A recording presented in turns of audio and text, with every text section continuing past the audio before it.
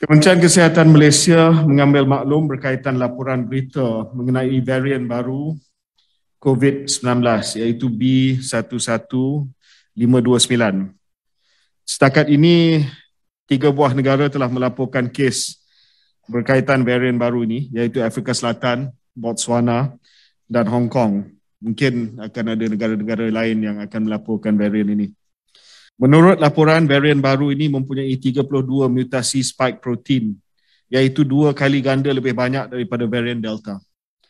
Sehingga kini belum ada maklumat lanjut bagi tempoh inkubasi gejala dan kebolehjangkitan varian ini. Untuk makluman, buat masa ini Pertubuhan Kesihatan Sedunia masih lagi membuat pemantauan yang rapi mengenai perkembangan yang berkaitan pelaporan varian baru B11529. Buat masa ini, varian baru ini dikategorikan oleh WHO sebagai variant under monitoring. Sebagai langkah berjaga-jaga, Kementerian Kesihatan Malaysia telah memutuskan untuk mempertingkatkan langkah-langkah pencegahan dan kawalan sempadan bagi pengembara yang tiba di pintu masuk antarabangsa negara, iaitu pertama,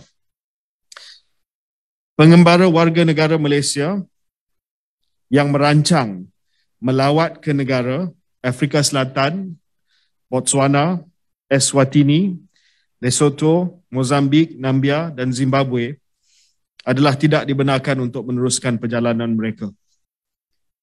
Kementerian Kesihatan Malaysia akan memaklumkan kepada Jabatan Imigresen Malaysia bahawa ada sekatan sementara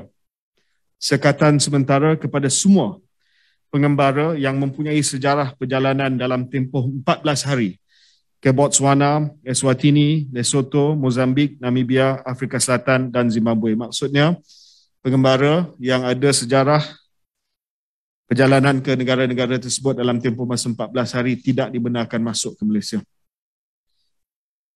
Warga negara Malaysia dan pemegang pas penduduk tetap yang pulang ke Malaysia dari negara-negara tersebut dibenarkan masuk ke Malaysia, namun dikehendaki menjalani kuarantin wajib selama 14 hari di stesen kuarantin tanpa mengira status vaksinasi serta tidak dibenarkan menjalani kuarantin di rumah.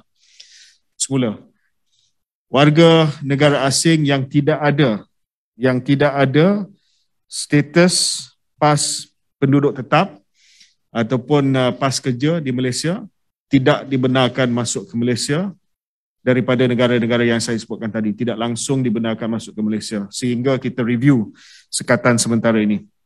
Warga negara Malaysia, pemegang pas penduduk tetap dan juga work pass permit holders dibenarkan masuk dengan syarat mereka menjalankan kuarantin 14 hari di pusat kuarantin tanpa mengira status vaksinasi. Ini adalah bagi mereka, warga negara Malaysia, pemegang pas sementara, ni pas kerja ataupun pemegang pas penduduk tetap yang mempunyai sejarah pergi ke negara tersebut dalam tempoh masa 14 hari. Keputusan ini berkuat kuasa esok, 27 hari bulan November. KKM akan terus menjalankan pemantauan perkembangan situasi varian baru ini di dalam dan luar negara, termasuk pelaporan daripada pihak WHO. Langkah-langkah pencegahan dan kawalan serta perkembangan mengenai varian baru ini akan dimaklumkan dari masa ke semasa.